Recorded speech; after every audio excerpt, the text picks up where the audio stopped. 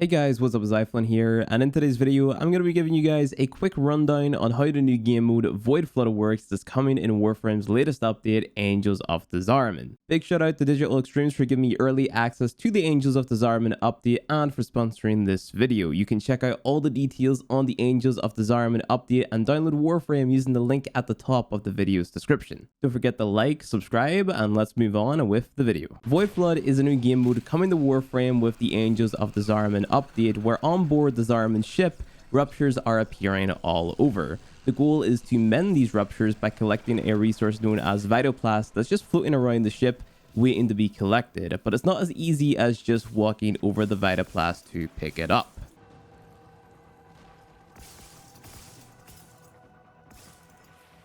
Well, maybe sometimes it is really easy, but most of the time you're actually going to have to parkour and bullet jump to get the Vitalast that you need to seal the ruptures, because Vitalast has anti-gravity properties or something like that. Now you'll notice that as you pick up Vitalast, this little floaty guy that's to the left of you will start to fill up. This is because you can only hold a limited amount of Vitalast at any given time until your bubble buddy can't hold anymore. Now, some important notes about Vitalast. The main way to get it is by parkouring around the map to collect it.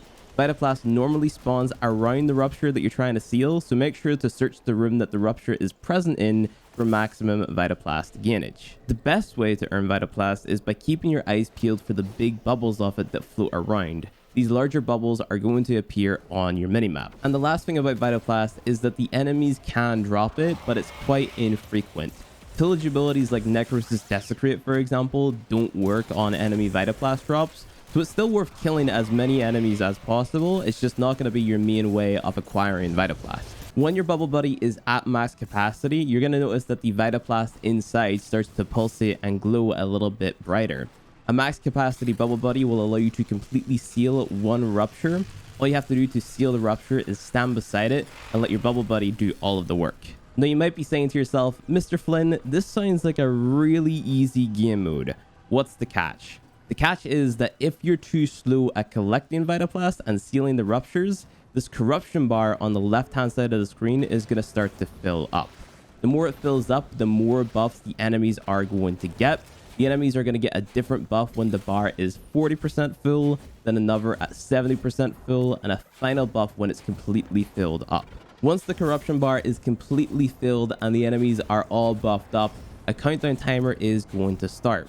Once this countdown timer hits 0, it's game over and you have to extract unless you can seal all of the ruptures in time. With that being said, Void Flood is in fact an endless mission, so you can play it for as long as you want, implying that you don't fail. Every 3 ruptures that you seal, after the 3rd rupture, new enemies are going to spawn in that are called Frax Centurions, or as I like to call them, the Boogeymen. These enemies have 2 phases. They're armored phase, where you can damage them with your primary, secondary, or melee weapons, and then their void phase, where you have to finish them off with your operator's amp. These Frax enemies share the new overguard mechanic that the Xmas enemies now have, which basically just makes them a little bit tankier. Upon defeating a Frax Centurion, you're going to be rewarded with 2,500 focus, implying you're within affinity range of the Frax's death location. Once your 3rd rupture is sealed, you're going to be given the option to extract. 3 rupture seals count as 1 full round in terms of an endless mission. Now you're going to be playing the Void Flood game mode quite a bit, as the Angels of the Zariman update introduces new resources which you're going to need to craft items and rank up with syndicates and the likes.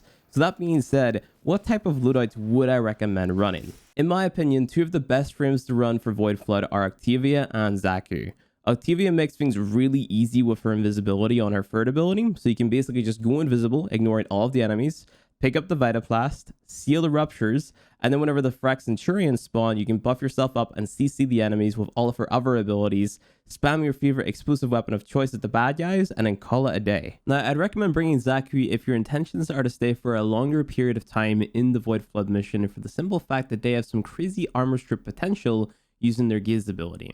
The armor strip that works on the Frax Centurions, by the way, paired with the void weapons and pretty much infinite duration on their abilities, will make keeping enemies at bay a piece of cake. There is a non-endless version of the Void Flood game mode that you can access by starting a bounty, but I'm not going to show you guys any bounty board to save you guys from any potential spoilers that there may be. But to start the endless version of the mission, you just have to go to the Everview Arc mission, located on the Zariman on your navigation. With all that being said, that is pretty much all I can show you without spoiling more elements of the update. But a little birdie told me that Tactic Potato and Life Water both have some early access videos for you guys to watch as well, so you should check out their channels by using the links in the video's description. While you're down there in the video description, don't forget to check out that sponsored link to learn more about the Angels of the Zariman update coming Wednesday, the 27th of April. Thank you guys for watching, and I'll see you guys in the next video.